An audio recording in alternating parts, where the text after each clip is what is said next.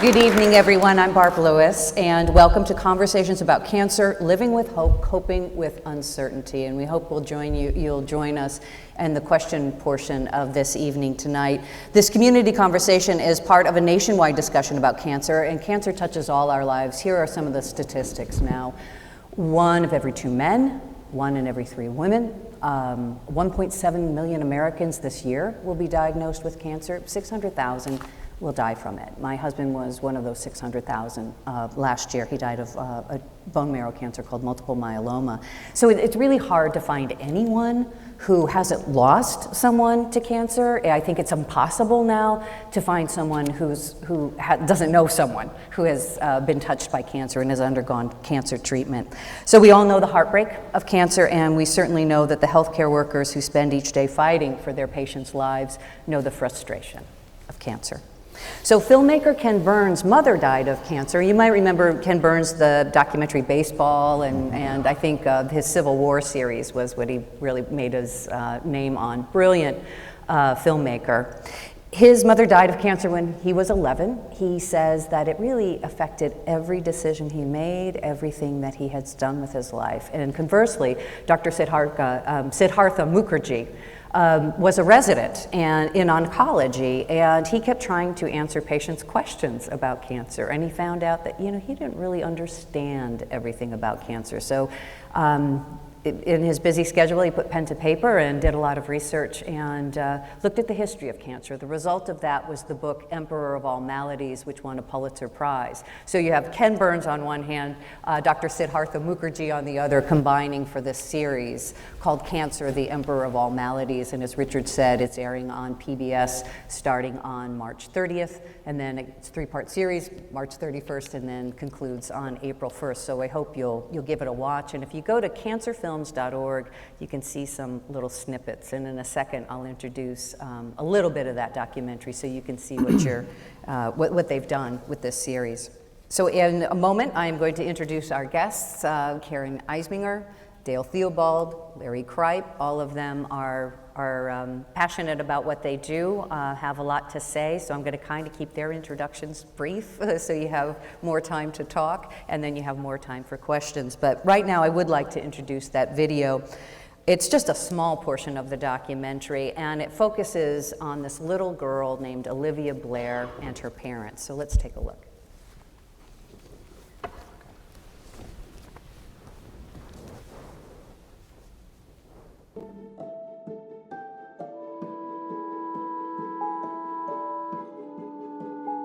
I truthfully don't remember the drive itself. It's kind of surreal.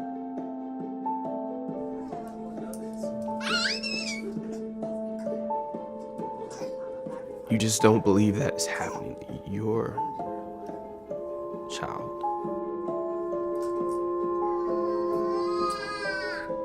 Of course you think the worst. Anytime you hear spontaneous bleeding and you can't take her to the normal hospital that you would go, you need to take her to a special place. You don't know what to expect. Something's wrong with my daughter, and I was scared. She was not the normal, happy, running around, playing girl. Every thought went through your mind like,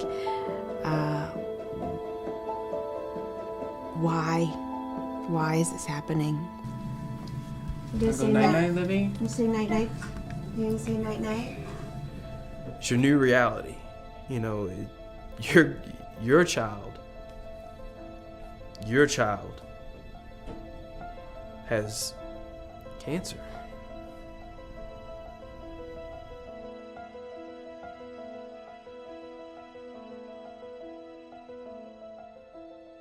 So at this point, Olivia is in the category of intermediate risk.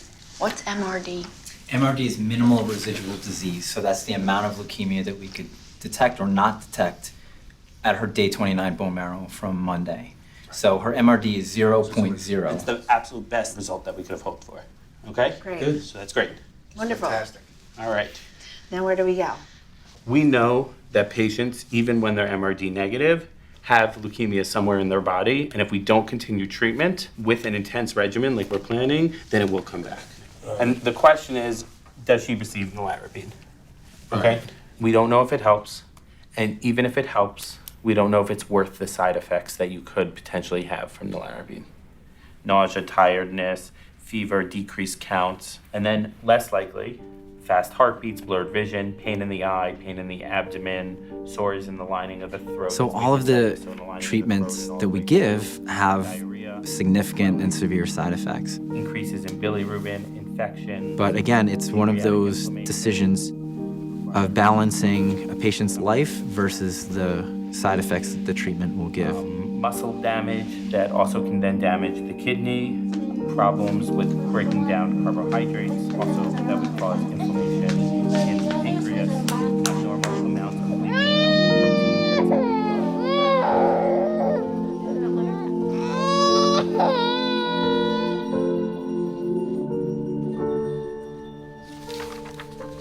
As you can see, the list is long. This is probably the hardest decision along the way that you guys have to make. How do we find out if they get the nelarabine? How do you find that out? So It's randomized, right? There's a formula that spits out, okay, the next patient that gonna get consents it. is going to She's get not it, gonna get and it. this She's is not going to get it. Yeah. That's like, I don't feel comfortable with that. The thought of your child's treatment Right. being left up to a computer Yeah. is a very hard concept to take. When you're making those type of decisions, of course you want it to be the right thing for her. and it's okay if you decide not to be in the study. So you just try the best you can as a parent to learn as much as you can to make an informed decision, but you never know.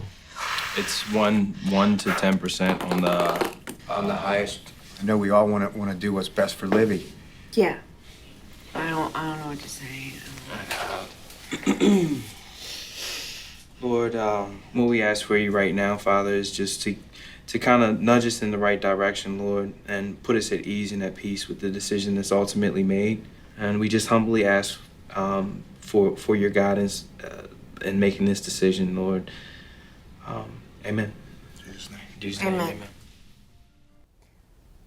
So you can see why we picked that piece. Could you hear it all right? It sounded a little echoey. You could hear it okay? You know, you saw the mother's face when it was the first sentence from the physicians where that, you know, the treatment's working, you've got this great result. And then you saw her go through that deep dive and you know, the hope and the uncertainty and the hope and the uncertainty that just went through that small portion of their journey with cancer. And so that's why we chose that to show you. So I'm going to be brief in my introductions, and I am going to read them because this is not a part you want me to wing at all. We don't care. It would be amusing, maybe, and terribly incorrect. But let me have the pleasure of introducing our panelists.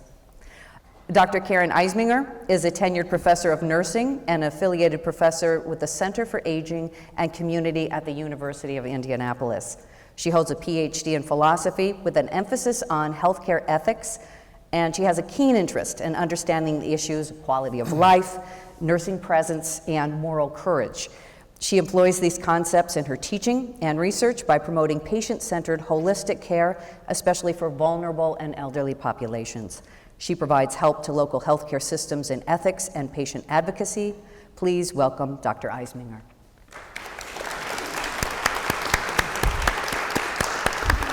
Thank you. And next, Dr. Dale Theobald is board certified in hospice and palliative medicine, a senior medical director of the palliative medicine program and community home health hospice and the symptom management group, all at Community Health Network, as well as chairman of the community's institutional review board.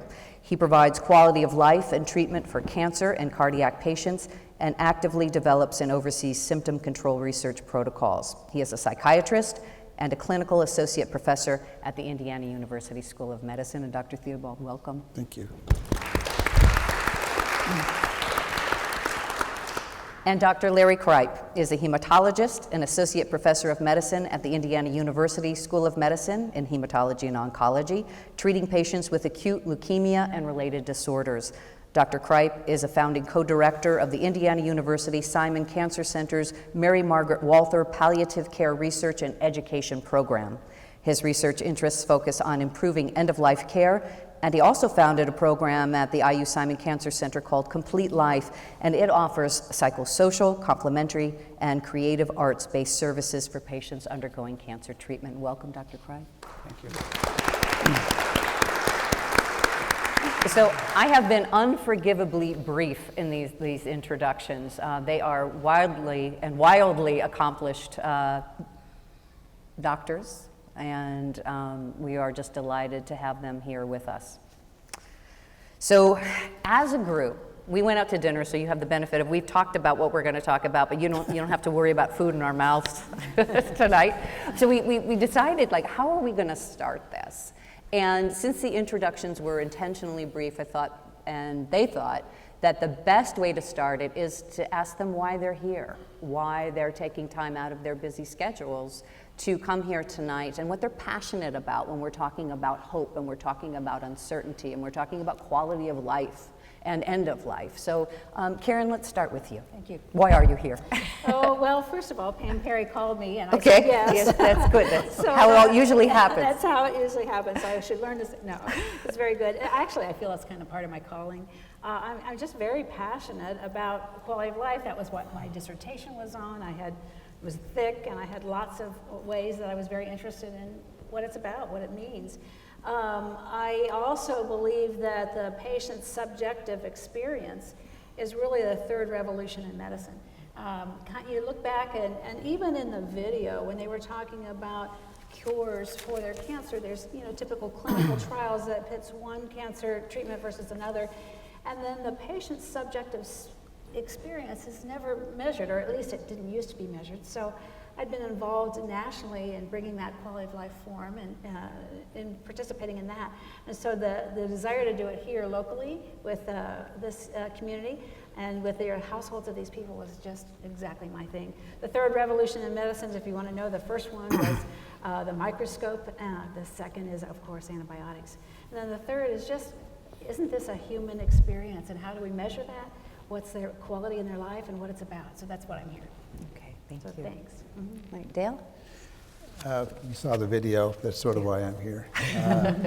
Cancer is a life-changing experience. And I started a psychiatric practice at Methodist in the late 80s, early 90s, and with another physician. Quickly became a member of the transplant committees and was seeing a lot of cancer patients and doing symptom management back then. And then in about 1998, I had a chance to see cancer patients full-time and do a lot of research. I also have a PhD, so I'm interested in research. And it's just been a very fulfilling experience, working with patients, making a difference. Cancer is a very symptomatic disease. Cancer treatment is a symptomatic process. Patients are living longer in treatment because of early detection. And I think it's very important to help them reach a quality of life. So that's why I'm here. Great. And Larry? So I would say I'm here because I think any chance we have to engage in a conversation about living with cancer or dying from cancer is a very important conversation to have. Most of us, unless something changes in the United States, will either die in a hospital, healthcare facility, or shortly after leaving one. Many of us will die without really ever knowing we were dying. And I think part of that conversation needs to be learning how to talk about that, learning how to share our concerns, our fears, and the questions we have but we don't often ask. Larry, you have to deliver the news. I mean, people come to you usually, they know they have cancer because they've been referred to you or have a real strong suspicion, but then you have to fundamentally change their lives with the words, yes, you have cancer, this is the stage, here's what we're going to do. I mean, how do you deliver that news, and how do you feel it changes the patient's lives? Well, cancer changes the person's life. Yeah. And so I think about my role as trying to help them navigate those changes. So I think it's about establishing the trust early on in the relationship. I think it's about establishing a sense that I'm open to whatever conversation that person would want to have. So I think it's about, so I don't know that I have a formula, because I think it's so much about what that person indicates or I interpret that they would want to talk about at those moments. And of course it's about questions, right? So if I'm really on my game, I ask what they want to talk about. Sometimes I'm not on my game, and then I tell them what they want to talk about. But yeah, I think it's a life-changing experience that we're just helping them navigate. And when they hear that, it's not like saying, you know, you have heart disease. I mean, this is... Right. So that's interesting, isn't it? That cancer is both the poster child for all the advances of scientific medicine, and yet it still strikes a fear in us that many other diseases do not. And Karen, you have personal experience. You heard those words as a patient. Yeah, twice. Yeah, twice, absolutely. Yeah, my experience with cancer is actually somewhat interesting. I first, as a nurse, joined the oncology unit at Ball Memorial Hospital when it was created. I said, yeah, I want to do that. And then in my master's degree, I did the same thing. I was very interested in the patient's experiences. What is it like to have cancer? And as I was finishing up my qualitative research study, I found out what it was like when my name was on the top of a pathology report. So it was a little bit similar to other people's and a little bit dissimilar. You know, patients, as Larry has already spoken, they feel vulnerable. They feel surprised. They're not in the mood to have cancer, is how I would put it many, many times. And for me, I did have a lot of those feelings, so the similarity. And every patient is similar to others, and then a little dissimilar. My dissimilarity is because I'd been in oncology as a professional for quite a while.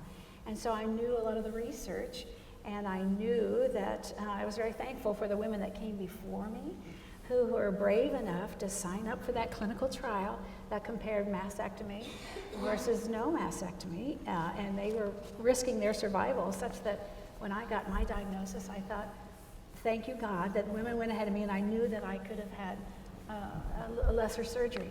So if you all get the book that we're talking about, the Emperor of All Maladies, and as the author is so brilliantly discussing the advances in cancer, the Halsted method for treating women with breast cancer was in vogue for so many years, and so I was fortunate enough to be past that, and so I could have, my surgery was a little less sparing. So that was my experience, and just kind of trucked on in my profession, and then, of course, I'm very, very pleased that I'm doing well today.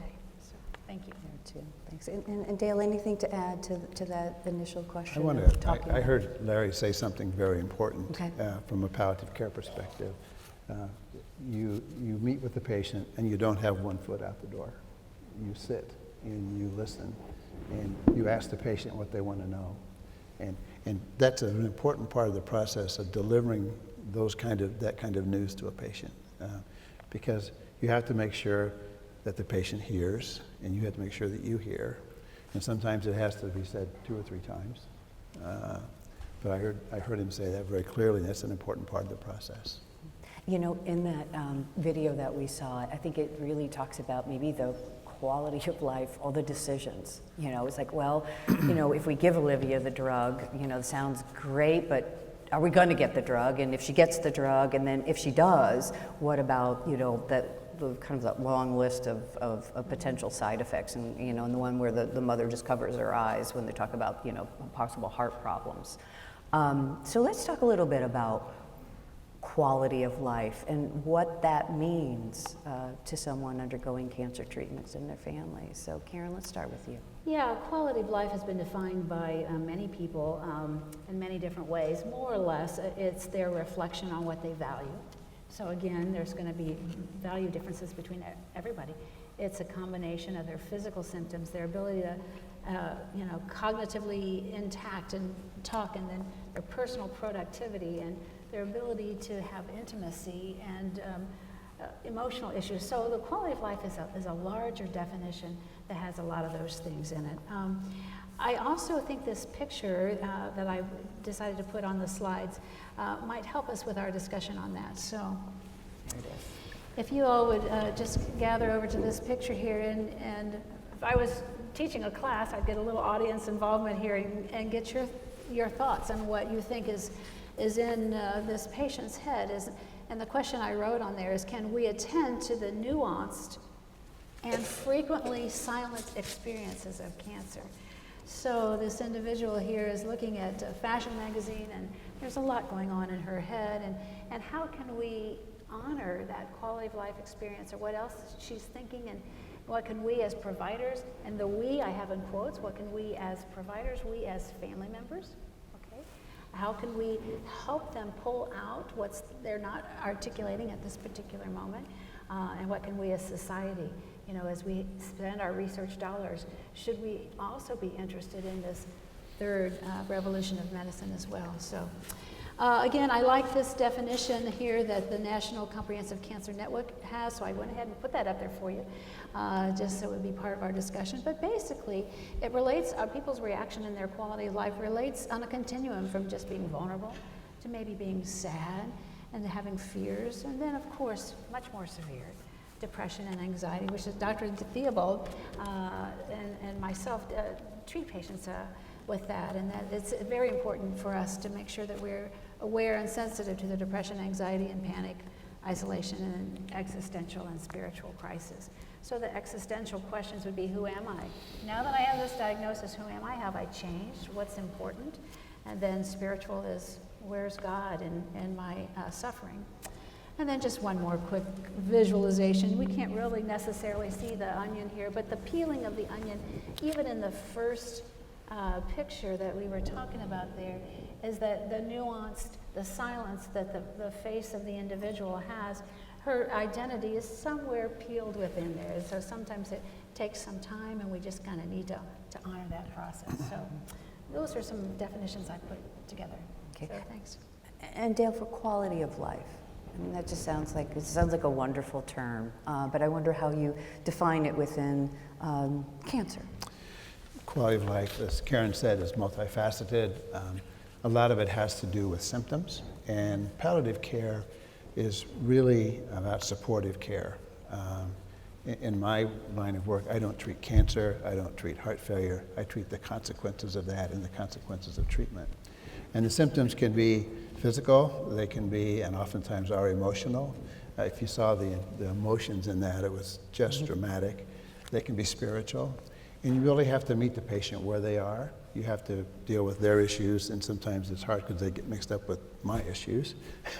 So you have to consider that. It's very much a team. I think people that work in palliative care work together. We have multiple disciplines. We work with chaplains, social workers, psychologists. It really is a team sport. And it's really there's really a lot of focus also on the caregiver. Until you've been in that position with an advanced cancer, the caregiving is just stressful. And so we try to spend a lot of time and focus on with the caregivers also. It's been a very important part of what we do. While I'm talking about palliative care, I want to make a really important point. This is a slide that if you've ever heard another lecture about palliative care, you've probably seen this slide. But I want to place palliative care in the realm of treatment. And the whole slide, the whole long part is treatment. The dark blue at the top is when patients are getting curative care, medical care, hoping to cure the cancer, hoping to work with the disease process. The bottom lighter color is the palliative care, the supportive care, the symptom management, sitting with the patients, helping them understand their choices. How far do you want to go in this? Our palliative care program is called Life Journey Choices in Care, because we really work on helping people understand they do have choices. And I want to make the point that all of palliative care is not hospice. All of palliative care is not end of life. Palliative care starts early in the treatment process and becomes more important as the disease progresses. And hospice is only one part of palliative care. Hospice is palliative care, end-of-life care, but palliative care is much broader. Could you show the second one? This is just a graphic to show you, in our particular program, which is probably not unique, the umbrella is palliative medicine, and I think the third little raindrop over there is hospice is just part of palliative medicine. So if a loved one or a friend goes to the physician and they say, well, I want you to see the palliative care team, it doesn't mean that you're in hospice, or it doesn't mean that you're going to pass away next week, okay? Mm-hmm. Palliative care is really to help you have good quality of life. That is the goal. Great. Now I want to get right back to that, but I want Larry for you to address this quality of life, because you're, keenly involved in that decision where they're weighing the decisions of to continue to treatment, which drug might cause which side effects, how do they make these decisions about quality of life when they're undergoing cancer treatment? Right. So I think the tension is coming up with these refined definitions versus sort of a functional definition. And I would say, once again, I think as I was reflecting, listening, to me there are two questions, and that's one, what is your quality of life, right? And however that's defined. And then if I think if a patient hears me reflecting on quality of life, the patient should say to me, well, what's your definition of quality of life? To make sure you're not talking about two different things, right?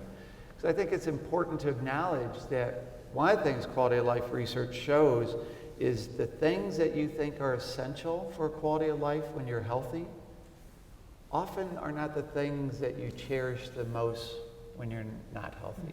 Can you give me an example of that? I was curious.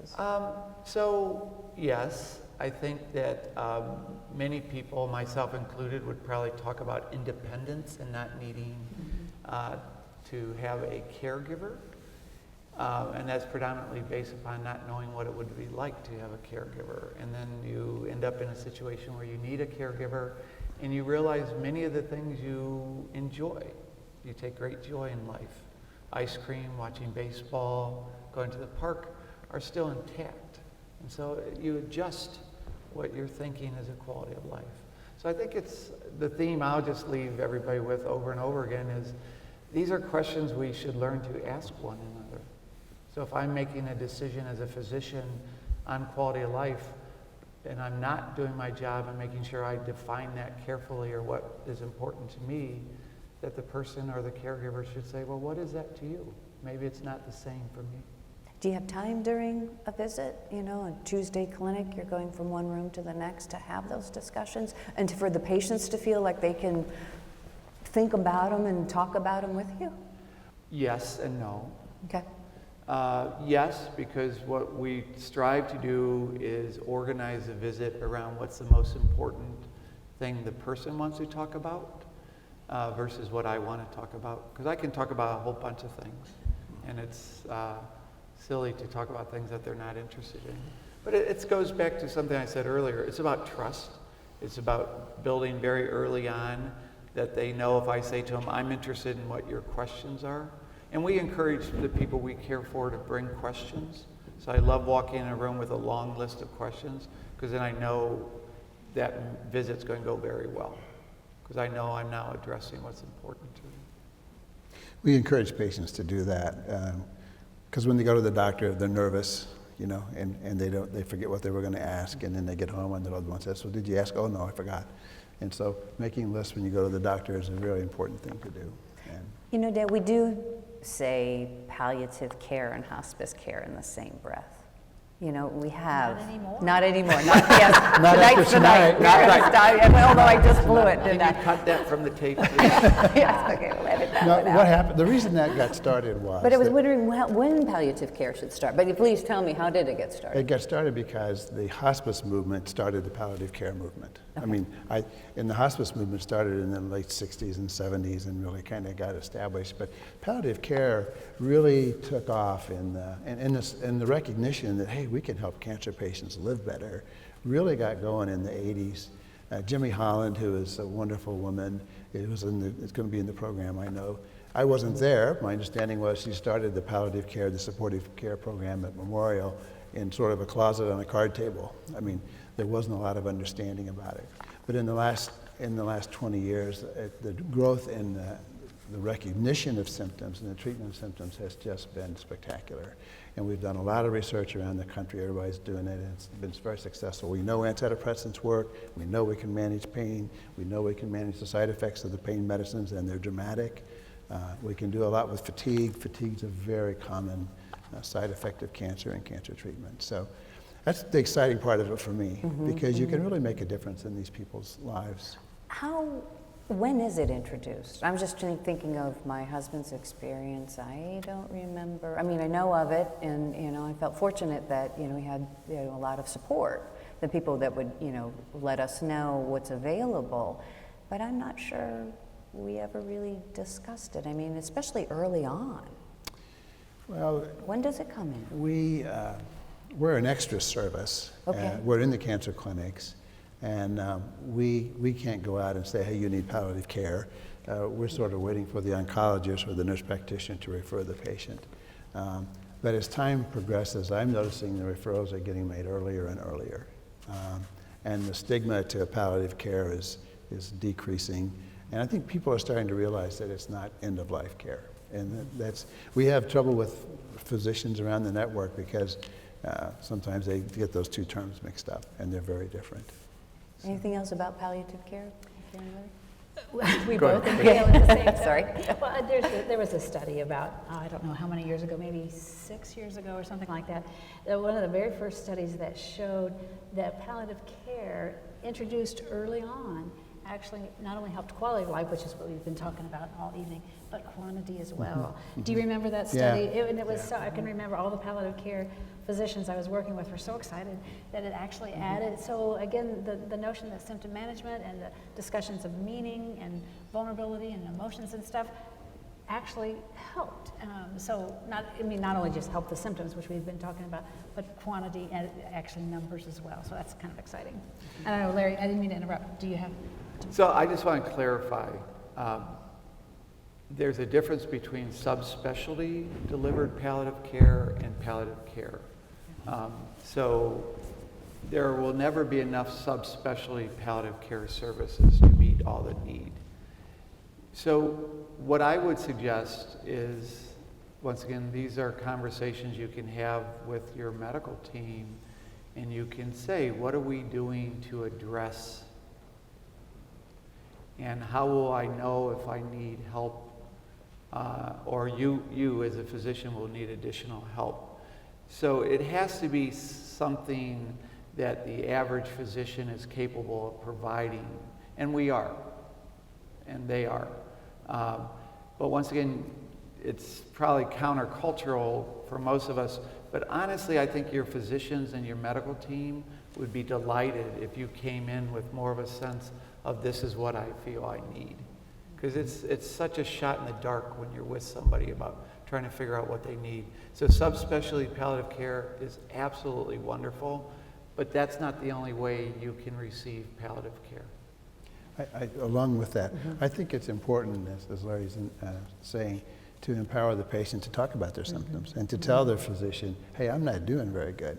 I have these problems. And sometimes patients really want to please their doctors.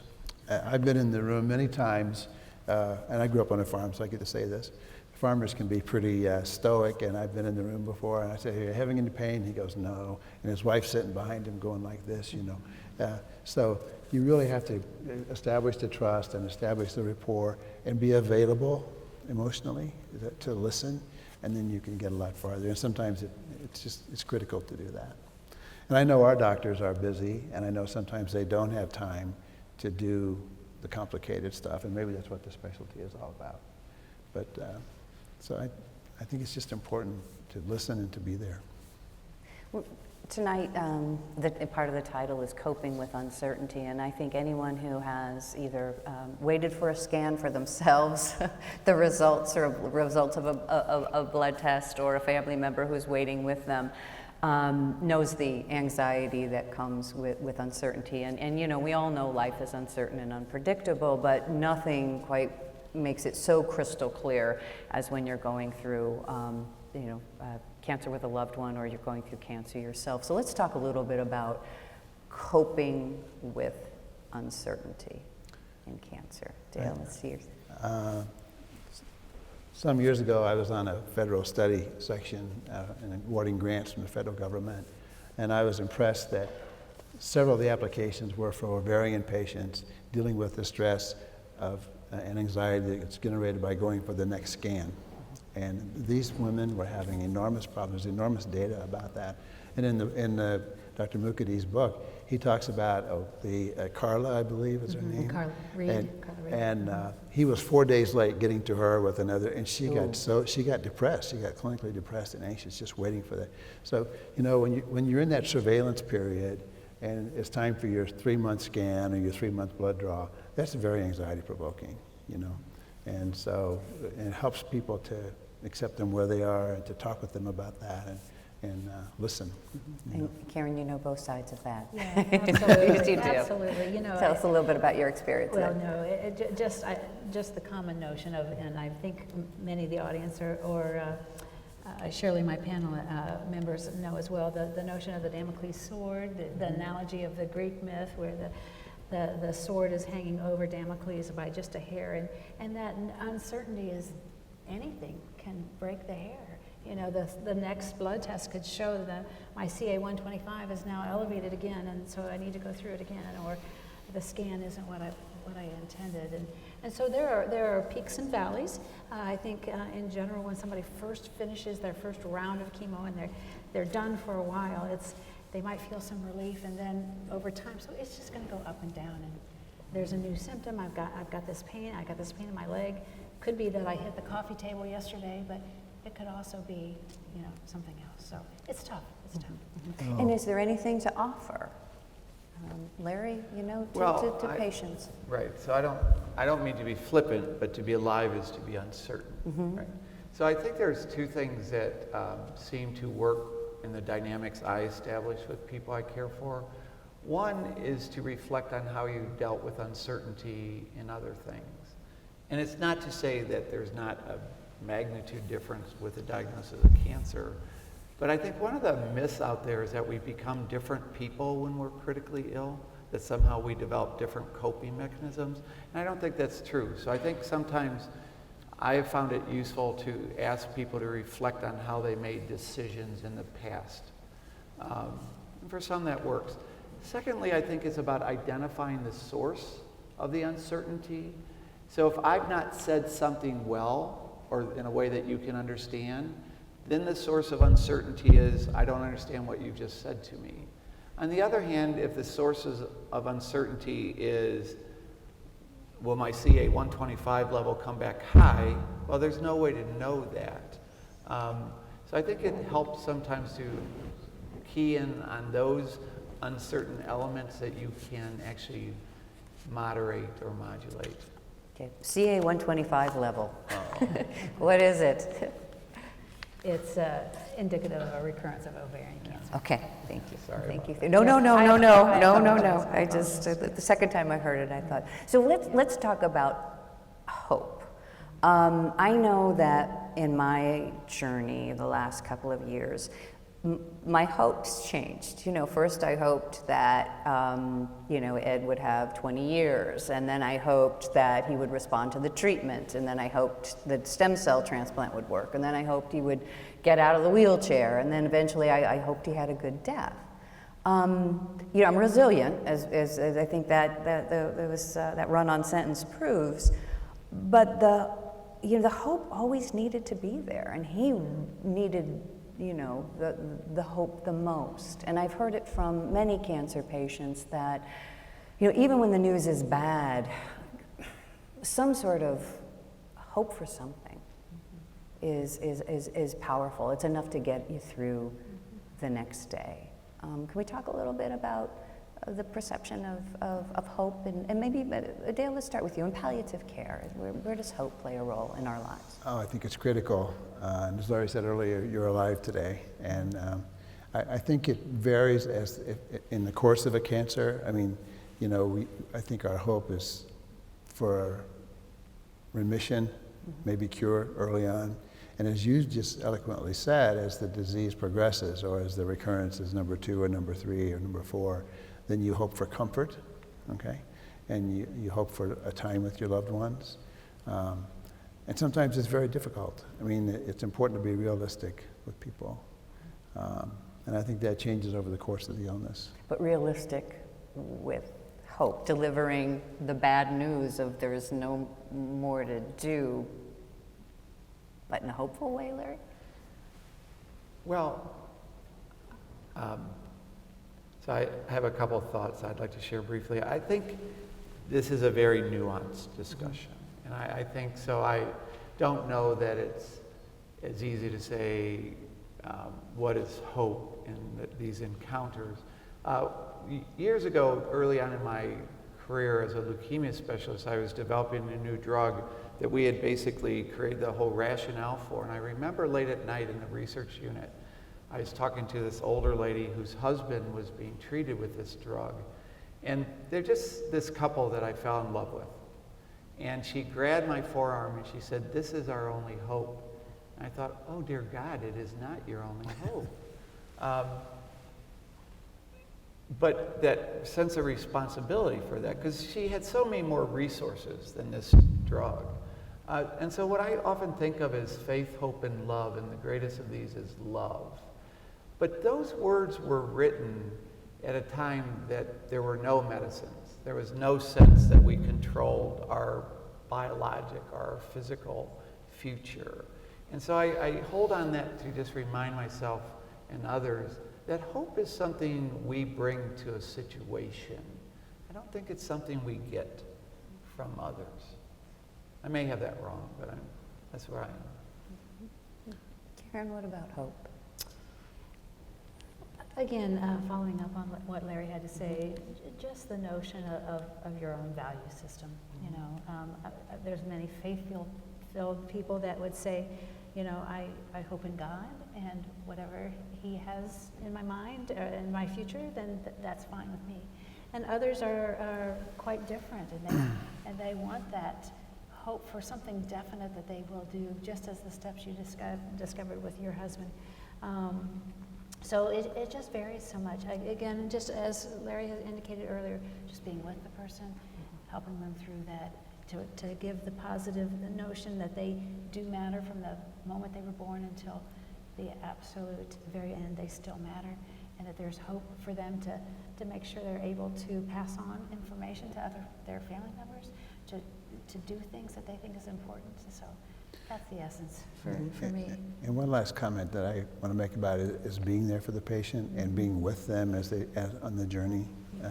And when the going gets tough, you have to be there and listen.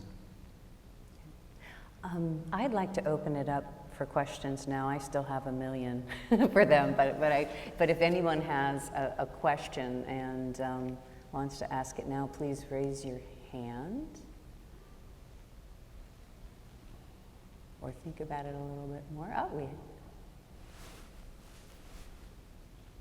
Anybody? No? Oh. Having had experience over a 30-year period with a patient survivor, I've noticed that things seem to change in terms of support for the caregivers, the loved ones, the family. Initial episodes, of course, deal with anxiety and depression that spread from patient to their family and their loved ones, and sometimes that can turn to anger. And I'm wondering what resources there are really organized now differently to support the families and loved ones of the patients. It seems to me that that's important. It should be developed in the area. Good question. Anybody want to Dale, you start? want to talk a little bit about what you all do, or the Wellness Center, too? There's the Wellness Center that's on been the north side. well established for a long time. It's Yeah. on West 71st Street now. They have a beautiful facility. Again, in Norline, the line of specialty care of what we do, we have a symptom management clinic, and that's where patients come that are having symptoms of one sort or another. And we always include families if they want to come. In fact, we encourage that dramatically. What else can I tell you? There's been a wonderful phenomenon recently about patient navigators, which really Yes. help the family navigate the experience. I had a patient, I'll call her Ruth, because you may know her otherwise. She's brilliant patient, and she was a CEO of a company, and young and intelligent, and her family needed so much support. And so she used the navigators to get through the system. Her family actually went to some counseling, etc. She assigned her friends to be in charge of her social calendar, her church to be in charge of the food, somebody else to be in charge of finance, so the family could get support through the whole thing. And so I kind of helped her set up all that kind of stuff. So she had to worry about was coming for her treatment, and her mother and her family and her sister and her best friend did kind of all the rest. So just as an example, but there are many things in Indianapolis. We're quite blessed to have some, and we could maybe share some after the program as well. But thank you for your question. So the resources, I mean, as a trend though, are we paying more attention to the Oh, I think so. caregiver? And we understand a lot more about what cancer caregivers go through. And I'll talk a little bit about hospice, even though it's part of palliative care. And within the Medicare hospice benefit, there is the respite program. And anytime a patient is in hospice, sort of at the end of life, and the family needs a break, the patient can come into the hospital for 5 nights, no questions asked. And we can put the patient in a facility or a hospital for 5 nights, and the family can go on vacation or have medical care themselves. And it's a very important part of the hospice benefit. But that's more toward the end of life. So I think absolutely we pay more attention to this. I just want to say on behalf of the caregivers out there, we don't do enough. And so that if you have friends that you know are in a caregiving situation, I think reach out to them. Ask them how they're doing, because we recognize the stress of it. We'd like to provide more services, but so much about cancer is this huge locomotive that's just heading down the track, and we don't often incorporate all the things we should. So, and I don't want someone to feel like, oh, it's just a matter of going somewhere and getting resources. But we are the resource, right? As a community, we can support one another. Patient navigators, what do they do? What all can they do for a patient and their family? Oh, it's amazing what the navigators do. You know, most of us in the medical area, we know what a pathologist is, and we know what an oncology surgeon is, and we know what an oncologist and we know all those terms. But someone who's not been around the medical community is all at once confronted with all these physicians, with all these studies and all the x-rays and all the blood draws and all the appointments. And the navigators can be very helpful, they are very helpful in terms of helping people understand why they're having this test, where they need to go for the test, when's the test going to be back. And they're good at spotting problems, and they communicate with us. They say, oh, you know, Mrs. Brown is having trouble with X, Y, or Z. And so they're very important monitors. They're very important supports for the patient. We've expanded that program now to all the cancers. It started off as a breast cancer navigation program with the Susan B. Komen Foundation, but now we're expanding it to all cancers. Does everyone get one? Do you have to ask for one? They're offered. They're offered? Okay. They're offered. Okay. Yeah. Again, patient choice. I'll just follow up on that real quickly. I think it's one simple thing is that many times the navigator speaks the language that the patient and family can understand. You know, as Dale talked about, we as providers know all those terms, but they do not. And many times, God bless the providers who are doing a wonderful job, they may not speak the same language as the person that's receiving. And then many times, of course, the patient is disempowered from their illness, or as I noted earlier, they're silent because they're having nuanced feelings. So I was trying to work with another example of that. I was trying to work with one of the hospitals as an ethicist, and I tried to get our team involved with putting this in a language that the patient understood. And I have a quote from a surgeon that just really represented why we need navigators and why families need help.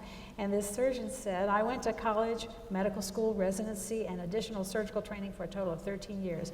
How do you really expect me to talk in a language that a patient could understand? I was like,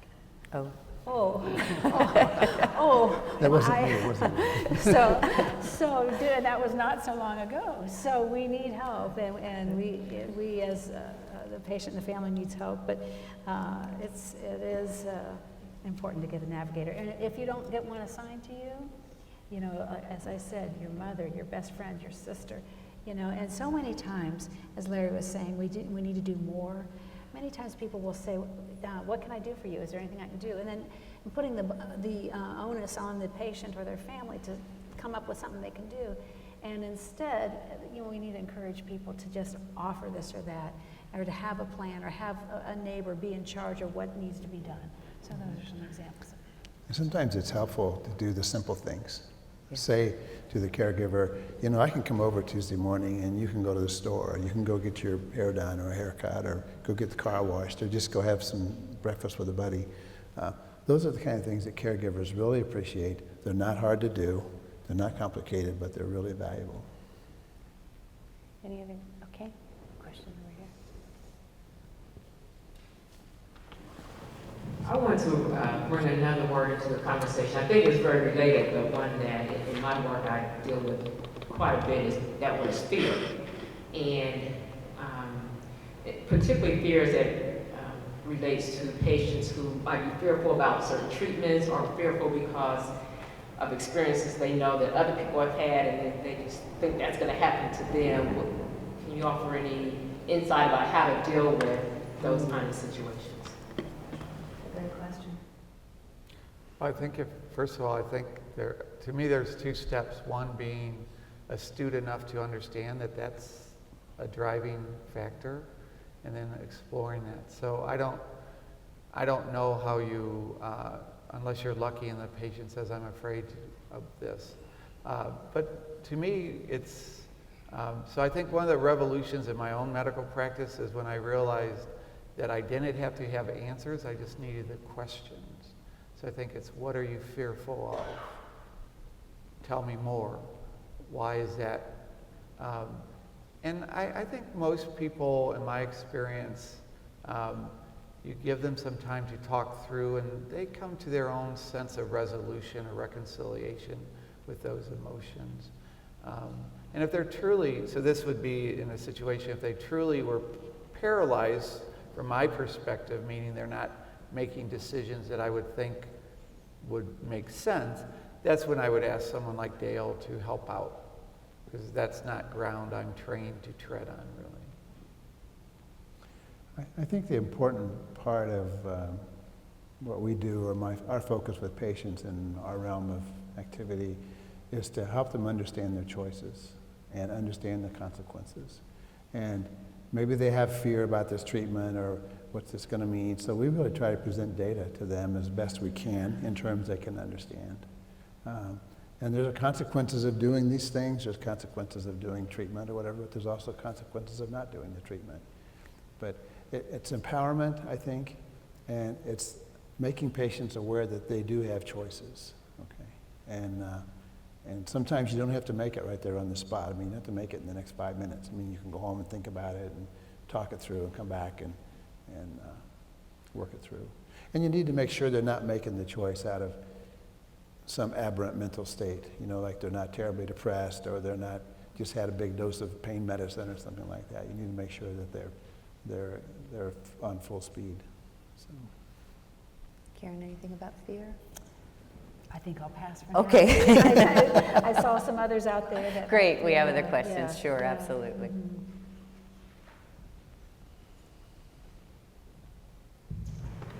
We've spoken a lot today about quality of life as, you know, the form of palliative care and potentially end-of-life care as a supplement to treatment or whatever the sort of ongoing plan is. And I'm curious to hear also about the role of quality of care currently and sort of its, or I'm sorry, quality of life. Currently, it's sort of the current landscape, and ideally, actually within the doctor's office, within the decision-making process, in addition to discussions about quantity of life. So what role should quality of life play in the decision-making process, actually? Good point. And Larry, can we start with you? Because I have a loved one who does that. We made it very clear to her oncologist that quality of life trumps, you know, quantity. You know, so every decision has to be really filtered. So, you know, the options that she gives must kind of reflect that. But, I mean, how well do we do it? And ideally, what would we like to do when it comes to really discussing quality of life in every decision? Well, I want to pick up on something Dale said that I think is very important. I think it's about choice. So even if someone says, I have no choice, they are making a choice. And so then I think it's about unpacking the reasons for why they're making that choice. So someone may say to me, well, quality of life is most important, so I want you to pay attention to that. But we know they're going to experience a decrement in their quality of life. There's just no way they're not going to, because they're going to be hospitalized, they're going to have significant side effects, lose their appetite. So it's a matter of, I think, once again, saying, well, tell me more about what quality of life means to you. And exploring that concept. Because oftentimes it's not that either or. It's sort of the chance to live longer, and what are you willing to put at risk to have that chance versus what you're not willing to put at risk to have that chance. So I would try to avoid the dichotomy of it. I think it's what are my goals, what are the options, and how do those line up, and what trade-offs am I making? Have you ever been surprised by what people will tell you when they talk about, what the trade-offs? Oh, absolutely. I mean, the most fascinating, wonderful thing about what I do is it's constant surprise. Right? Because, I mean, I've been doing this 25 years. I have no idea what people are going to say. It's so interesting how people come to their place of, okay, I can now do this. And that's the same whether you're going to do something like a bone marrow transplant or you're going to enroll in hospice. It's that sense of, okay, I can do this. Yeah. I want to give you an example. A woman comes to mind that I took care of several years ago. She had a difficult breast cancer, and it was ER/PR positive. And so it was important, her oncologist felt, and he was certainly correct, that they needed to suppress her estrogens. Well, when you do that to a woman, you probably went down that road. Yes. You can have hot flashes that are beyond imaginable. I mean, you can have hot flashes that are so severe you can't wear makeup, you can't do your hair, you can't go to church because you're wet down the pew. I mean, the hot flashes are very dramatic. And she and I were working on those issues, and we talked about everything we could do, exercise, different medications, trying to suppress those. And the way you can suppress them is by giving estrogen. And she knew that. She was a biochemist, actually. And she said, okay, after about 6 months of working, we couldn't do much, and she says, I know the risks. I'm going to take estrogen. I don't want to live like this. And that was perfectly fine with me. I think her oncologist had a little bit of a double take, but he got over that too. And, it was increasing the risk of recurrence of her cancer, but it was a choice that she was making. And that's for her, that was a very important thing because it was affecting everything about her. And part of the question was, how well are we doing, and ideally? I mean, so where are we, and where do you think we should be? Choices in care. That sounds like a pretty, powerful example of doing what the patient wants. Yeah, after she had tried other things that were not so risky and not maybe impacting her length of life. So. I think we are doing better in medical education as well as in nurse practitioner education to these aspects of making medicine more humane and considerations. As you read the book, or if you get a chance to read the book, and they're talking a lot about cures for cancer, God bless them, and that frequently has been measured quantitatively. And so, for years we would be offering a protocol to a patient in their office to get to your question, and they'd say, well, this treatment here may add, 2 years, and this one may add, 14 months, but, and you didn't have any notion of what that 14 months would be like and what that 2 years would be like. Now we have a research agenda that pulls that together, and so hopefully, ideally, that would be part of the conversation, that aspect of life would be recognized. And so we're doing it kind of nationally, research-wise, and then we're trying to deliver that to our physicians and our nurse practitioners to have that appreciation for that aspect of life. So. And one more comment about that today, if you were to write a clinical trial to get it approved, you would almost have to have a quality of life component to examine the patient experience. And And that's a It common. didn't used to be the No, case. it was not that way before, but currently now, and on the IRB, we never see a trial go through that doesn't have a quality of life component or, pain assessments, side effect assessments.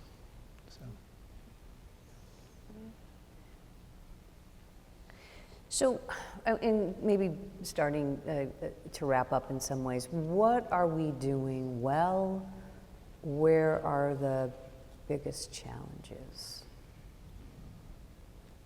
when it comes to really providing? I think really what we're talking about is quality of life, whether it's giving hope, giving some understanding to uncertainty. I mean, what are we doing well when it comes to quality of life for cancer patients?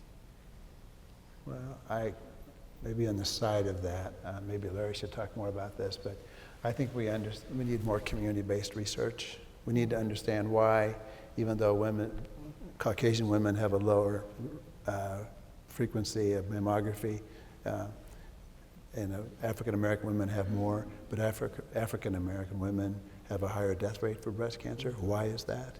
There's some things about the disparity between ethnic groups and economic groups in cancer that I think we need to pursue. And I think that's starting to happen. I mean, it's now on the table, if you will. So, and I think the other thing that's really going well right now is the expansion of supportive care for cancer patients and the recognition of the need for it. Karen, I do have a question. You were talking about the patient language, and I was just curious, because I have friends who are undergoing treatment who love the military language. They battle cancer. They're going to win the war on cancer. They're survivors. And there are those who just despise those terms. And I was wondering, in this kind of language, I mean, where are we now with how we talk about ourselves? Oh, well, again, so individualistic, so individual. I mean, there's, even one of the main sponsors that even brought the Ken Burns special to PBS was the organization Stand Up to Cancer. So, and that's run by Katie Couric and others. And at that focus, if you look at that, there's a lot of military notions to that, to fighting the disease. Races that walks and there's, they're all to battle cancer and to fight it, So I think that language is out there. I think we'd all like to get rid of it, so how do you get rid of bad things? You fight it, So I think that language is there. But again, the individualistic notion of some people that value, that's not their language. They just want to, go on with their life. And so it just, again, somewhat individualistic, I think, so. And Larry, I wanted to ask you about, we were talking about fear, but one of the fears that I hear from the healthcare provider side is the fear of the oncologist and the hematologist having to have that conversation of, I want to say there's nothing left to do, but I know that's not what is ever said in terms of, but having the conversation that says, there's no real good options left for a treatment. It is a difficult conversation. I mean, if you imagine that the relationship you have with a person is really predicated on the expectation that you can provide remedy, that you can provide something that will allow them to return to the life that they desperately want to return to. So I think there are good reasons why oncologists are very cautious about approaching these conversations. And having lived through this with my father, 2 sisters, and I will say this, I think that your doctor wants to do for you what you want as a role. And so that if you feel these conversations are important, if you feel your quality of life is important, whether it's fair or not to ask you to do this, I would ask that you prepare for that conversation. And on average, your physician will be appreciative, because we are much better physicians when the people we care for trust us enough to say I prepared for this and this is what's important to me. And then when you have those, and when you get to that point where it doesn't make much sense or any sense to continue on with treatment, there has to be a shift. I mean, obviously there's a shift in the patient. How do you speak to that time of uncertainty? How do you kind of help the patient then understand, or maybe they help you a lot of times understand? Thank you for. To me, I think it's a decision you make together. I could not tell somebody it's time to prepare to die, to be taken care of with the goal of a good death, without hearing something from them that made me think we were at that point, right? So I can't tell, you can't convince somebody who's not ready to die to accept dying. So I do think it's very much a discussion, a process of discernment. And in my experience, typically when these conversations happen, nobody's surprised that they're happened, right? They're relieved, you're confirming in somebody's mind what they have already thought about. So we talked about trends, right. Quality of life trends. We talked about patient language trends. What about end of life trends? Are we seeing better care, more interaction? I mean, what are some of the end of life discussions that are happening within the healthcare field when it comes to cancer? I think there's increased support for end-of-life care and hospice care, and every day we deal with the stigma of hospice. Sometimes people think if they go into hospice, they're going to die next week, and that's really not true. People live longer if they're admitted to hospice. There's plenty of data about that. Another thing that we do a lot of are called pre-hospice consults, and sometimes after the physician has said, there's not another thing that I can offer you, why don't you consider hospice? And then I will go in, or one of my colleagues will go in, and just discuss it. Again, it's about patient choice, and it's about meeting them where they are, spiritually, mentally, physically, and talk about what we have to offer them. And it's very intimated. It's not a big surprise, and it's oftentimes they're very prepared, and sometimes they're not, and then we have to do more. But I think we're making a lot of progress, at least locally. I can't speak to national terms. I know hospice is being utilized more and more, which is good. And I think the conversations about end of life are happening much more frequently and openly than they used to. Last call for questions before I ask the last question here. Anybody have? Okay.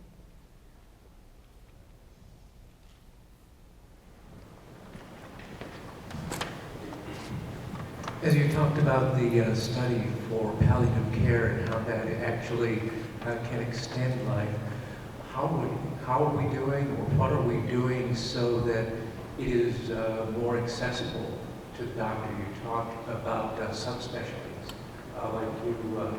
Gable, but what are we doing for the family practice and the nurse practitioners out there so that they can do a better job at this as well to improve the quality and potential length of life?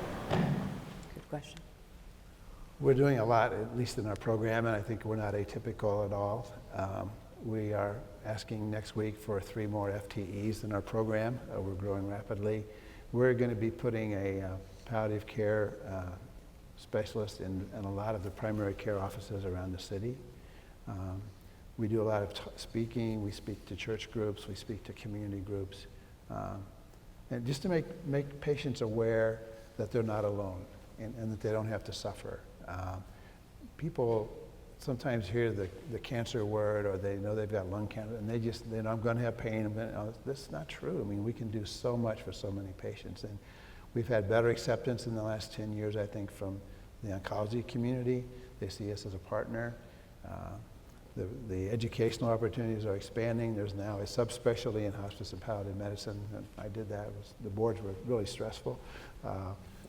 But it's a growing process, and I think there's more conversation too. There's like this. I mean, like this. And a lot of conversations about long-term survivorship, Yes. because that is also what is happening, decades and decades. Yeah, I mean, I just saw an invitation for a grant to bring these type of discussions to my university. And so we are going to do everything we can. That's supported by Robert Wood Johnson. So you could see, again, on the society level, on the national level, there's a recognition that it needs to be to the provider level. So we're going for it. So, anyone else? Has anyone talked about end-of-life pleasure, contentment, peacefulness? End of life pleasure, contentment, peacefulness. Yes. The question was, does anyone talk to you about end-of-life pleasure, contentment, peacefulness, joy, any of those things? Absolutely.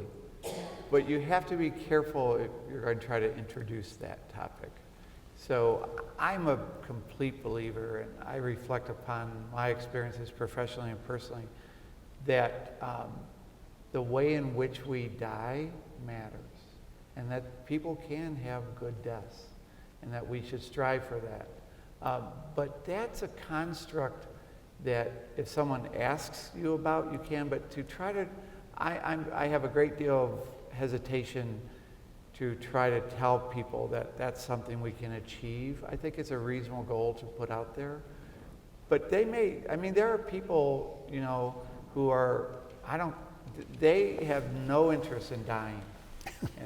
and they just don't. And so it's a matter of trying to figure out where they are in those situations. On the other hand, if someone says, okay, what can you do for me? Then I think we're all for saying, well, there's lots.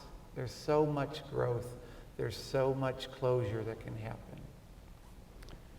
I deal with it every day. I'm the hospice medical director, and people sometimes say to me, how do you do that? I mean, how do you do that?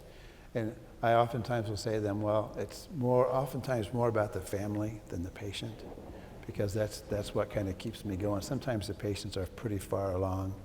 But it's fascinating to watch families go through this, because a lot of issues that they've dealt with all these years kind of come to the surface. They boil to the surface. And that's why on our hospice team we have social workers and chaplains, and it's really a team effort. And since you brought that up, I want to talk about a difficult time. There's a concept in the palliative care literature called total pain. And sometimes no matter what we do, and pain is what the patient says it is, but we don't understand why that patient's having so much pain, and we dig a little deeper. And people that are very young, we have people with difficult cancers in their 20s and 30s with little children. Those people are not ready to die, and they don't want to die. Or people who have been perpetrators or abusive, and they haven't made their peace. Sometimes those patients have a very hard time. And it's no matter how much pain medicine we give them or whatever we do, that's when you call in the troops, the chaplain and the social worker, and get those things out on the table. Then things go so much better, okay? And it's an important part of what we do at the end of life. And you can give people peace sometimes that don't have it. Just a follow-up, you had a slip there, maybe it wasn't a slip, but when you said, well, we don't say it anymore when somebody says, well, there's nothing left to do, But that is said so many times, and I have colleagues that are part of the palliative care team at St. Vincent, and Dale's at Community, but at St. Vincent, and they've got these really nice buttons that follows that notion of there's nothing else we can do, and they have this button that says, yes, there is still a lot we can do. And so that's that notion that, we're here for you, and maybe some of the peace, some of the resolution, are things that they want to be present to. We talked earlier about being present to them and assisting with those goals. And there is a beauty and a peace. My husband was able to, it was, people would ask, and you think it's going to be horrible, and you realize there was a lot of beauty and so much love and so much clarity about that love. That comes at that time, and that is a gift. It's a hard one to describe, but it certainly is once you felt it, and we'll get that opportunity to feel that multiple times in our lives as people leave us, and there is something just beautiful about that. So before we let you go, a takeaway message. I mean, something that you really came here to say, and I know it gave you an opportunity to say a lot, but if there's anything that you just want us to either go home and know, go home and ponder. Crickets. No, I'm kidding. I know you're pondering my question. So I'll just go back to a theme I did not articulate very well, and that is, I would believe in the good intentions of your doctor, your nurse, but this is an imperfect interaction, and it's a very difficult interaction. And ask the questions that you want asked. I think it's so important to, and I would argue that 9 times out of 10, you will see appreciation from that person's face, because they're struggling to identify where are you, what's important to you, what can I do about that? And giving those clues is an incredible gift. I'll just say that to another question Barb asked, this is such a different world. I went through my entire fellowship and never talked about somebody dying from cancer. And we talk about it all the time now. I'm a better physician because of the nurses I work with, because my wife and my kids, but most importantly because of what I learned from people I care for. So ask the questions. I think along a similar vein, feel empowered. If you have a chronic illness, it doesn't have to be cancer. It could be any one of a number of chronic illnesses, diabetes, whatever. Don't suffer, and when you go to you see your physician or your nurse practitioner, be ready. Feel like you can ask questions, write them down, and take notes when you're hearing the things so that you can go home and feel like you've got some information. And don't suffer, and a message I want to leave is that all of palliative care is not hospice. Hospice is part of palliative care. I want to get that driven home tonight, okay? Because people make that mistake. Oh, it's palliative care, you're going to die. No, it's palliative care is, we're going to do that early. So. I would just really like to encourage people to get comfortable talking with cancer patients, family members. I've had so many people say, you know, my neighbor, my family member has cancer, and I just don't know what to say. And I'm thinking, how can we, as such an advanced society, not help them know what to say? So I guess that encouragement is just to continue the conversations. Sometimes I encourage people, if you don't have a complete thought, tell me a half a thought, tell me a quarter of a thought, what's in there a little bit, and so that we would just get very, very comfortable talking. You know, some of the patients don't want to talk about their cancer at that moment. They just want to be normal for a while. They want to take the dog to the vet. They want to just live their normal life. And other times there's just so much in there they want to talk about. So I guess I think I would encourage us all to do a good job at that, and I know we will. So. Barb, what would you like to? What's your major point tonight?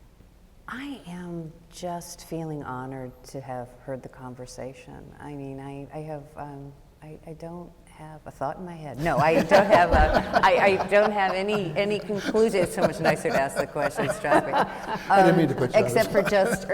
for just this journey, this whole cancer journey. I'm surrounded by it and had been, for years, and I never thought any good could come of it. And that's what life teaches you. I think sometimes when you get your heart broken wide open, there's a lot of room for a lot of new things, a lot of new ideas, and a lot of new passions and commitments. So I'm just thrilled to have been part of the discussion tonight. Thank you so much for your participation. Thank you for this venue. Is just wonderful here at the Crystal DeHaan Center. Yeah, thank you. That's great. And thank you to the panelists. Thank you, thank you, thank you. So remember to watch Cancer, Emperor of All Maladies on WFYI starting on March 30th. There's a reception right outside the door, so you can talk with the panelists one-on-one and get to know each other, and thank you so much for coming.